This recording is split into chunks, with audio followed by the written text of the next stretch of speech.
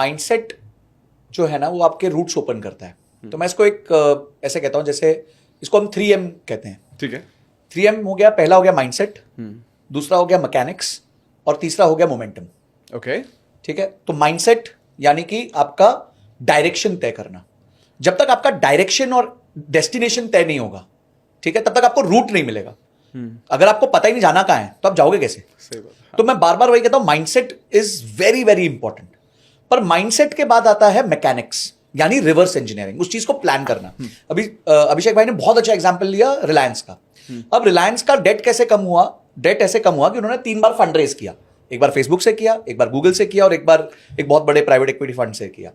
अब क्या वो ओवरनाइट अचानक से पहला फोन कॉल था ज़करबर्ग को, या पहला फोन कॉल था सुंदर पिचाई को, या पहला फोन कॉल था? नहीं, वो रिलेशंस बहुत टाइम से डेवलप हो रहे हैं। जब उनके बच्चों की शादी हुई, उनको इनवाइट गया हुआ था। वो आज हम बोलते हैं कि बच्चों की शादी करते पैसा करते, नहीं, वो उनकी स्ट्रैटेजीज हैं। वहां पे वो रिलेशनशिप्स बनाते हैं ताकि वो मैकेनिक्स बना रहे हैं अपने गोल्स को अचीव करने का। और तीसरा होता है मोमेंटम। मोमेंटम होता है then you have to act. सिर्फ आप सोचो कि मैं सोच लूंगा, मैं हमेशा कहता हूं attraction without action is time pass. Correct. तो आपने अगर मैकेनिक्स बना लिए, आपने माइंडसेट बना लिया, मैकेनिक्स बना लिया, फिर मोमेंटम लेके आओ। जब आप मोमेंटम लेके आते हो ना, बहुत गिरते हो। इसे हम कहते हैं when the rubber hits the road. जब जैसे रबर हिट्स द रोड होता है ना, बहुत सारे रोड ब्लॉक्स आते हैं। आपने सोचा होता है मैं यहां से जाऊंगा वृंदावन, कोई प्रॉब्लम नहीं है, रास्ता मजेदार होगा। थोड़ी देर बाद जाते हैं तो फॉग आ जाती है। फॉग आती है, आगे जाके गाड़ियों का लाइनअप लगा होता है, आप फ्रस्ट्रेट हो रहे होते हैं, आप मतलब आधा कदम भी आगे नहीं चल रहे होते, 10-10 घंटे का जाम होता है, 12-12 घंटे का जाम होता है। तो ये होता है जब आप मोमेंटम चालू करते हो। पर क्या वो जाम है इस वजह से आप अपना डेस्टिनेशन बदलोगे? नहीं, आप अपना माइंडसेट बदलोगे। आप ऑल्टरनेट रूट्स सिलेक्ट करोगे कि यार मैं कहीं एक गांव की गली से निकल सकता हूं क्या, कहीं कोई कट है क्या, कहीं मेरे को रिस्क लेना पड़ सकता है, हो सकता है गांव की गली खराब हो, अच्छी ना हो, मेरी टायर फट सकता है, पर चलो रिस्क लेके देखता हूं। सो एज ही सेड अगेन, जैसे हमने उनका फेडेक्स का एग्जाम्पल लिया कि उन्होंने जाके रिस्क किया उस चीज को। सो माई पॉइंट इज कि जब भी आप कॉम्पोजिशन करें अपने पूरे, मतलब होलिस्टिकली अगर सोचें, तो आपका माइंडसेट, फिर आपका मैकेनिक्स जो स्ट्रैटेजी की बात हुई, और फिर उसका मोमेंटम यानी उसको एग्जीक्यूट करना। तो अगर मैं 100 मार्क्स दूं इसको कि 100 है, तो इन तीनों का कितना महत्व होगा? तो मेरे हिसाब से माइंडसेट का महत्व होगा 30।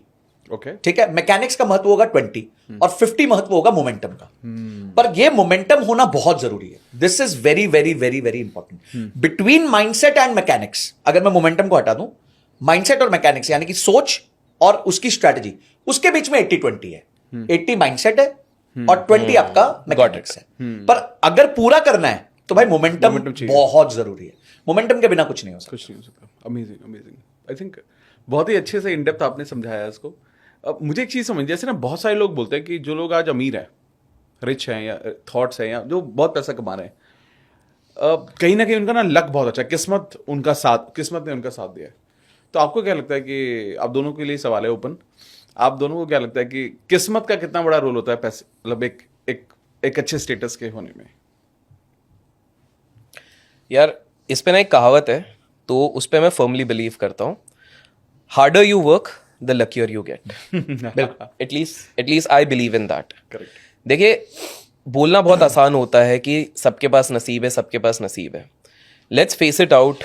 एक बहुत बड़े मोटिवेशनल स्पीकर हैं, let people guess in the comments, एक बहुत बड़े मोटिवेशनल स्पीकर है, उनके ना हाथ है ना पैर है, एंड इतनी मोटिवेशनल चीजें लिखी हैं। अब आप जस्ट इमेजिन करो, जितने लोग ये देख रहे हैं, मैं चाहूंगा कि आप एक सेकंड के लिए, बस एक पल के लिए इमेजिन करो कि आपके हाथ नहीं है, पैर नहीं है, आपकी लाइफ कैसे होगी? सोचो।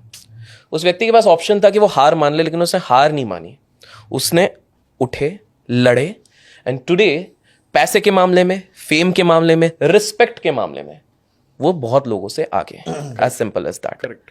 सो ये बेसिकली क्या था? Was he lucky? नहीं।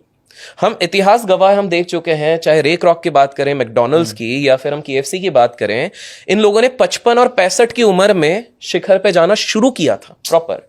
दे वर प्रिपेयरिंग। ऐसा नहीं है उनकी पूरी लाइफ प्रिपेयर नहीं किया, दे वर प्रिपेयरिंग। बट उसके बाद वो किस मुकाम पे पहुंचे आप सभी को पता है। The biggest problem with most of us is कि हम लोग एक बहुत बड़े पाप के ऊपर हमेशा बैठे रहते हैं, उसको कहते हैं एक्सक्यूजेस। हम हर चीज पे एक्सक्यूज देना पसंद करते हैं, इंक्लूडिंग ऑल ऑफ अस। हर चीज में क्यों नहीं हो पाया? अरे यार लेकिन वैसा था ना, अरे वाह यूट्यूब चैनल क्यों नहीं चालू कर सकते? अरे अब तो बहुत लेट हो गए हैं। अरे हम जॉब पे क्यों नहीं जा सकते? अरे यार अब तो कंपटीशन हो गया, अब तो नौकरियां मिल नहीं रही है। बिजनेस क्यों नहीं? अरे उसके लिए तो पैसा चाहिए रहता है। तो बॉस हमें ये समझना पड़ेगा कि सबसे बड़े बड़े बिजनेसेस जो चालू हुए हैं उनके पास स्टार्टिंग में पैसा नहीं था, जो आज सबसे बड़े बड़े जॉब्स के लिए बैठे हुए हैं। फॉर एग्जाम्पल अगर हम बात करते हैं, मतलब आप जस्ट सोचो, आज लोग बोलते हैं कि यार अच्छी जॉब तो यार उसके लिए तो बड़े घर से होंगे तो होगा, IIT IIM करेंगे तो होगा, लेकिन लेट्स फेस इट आउट, आज हमारे देश में जो सबसे बड़ा सुपरमार्केट चला रहे हैं, जिनकी खुद की इनकम लाखों करोड़ों में है और उनकी नेटवर्थ मल्टीपल लाख करोड़ में, वो बीकॉम के ड्रॉप आउट हैं।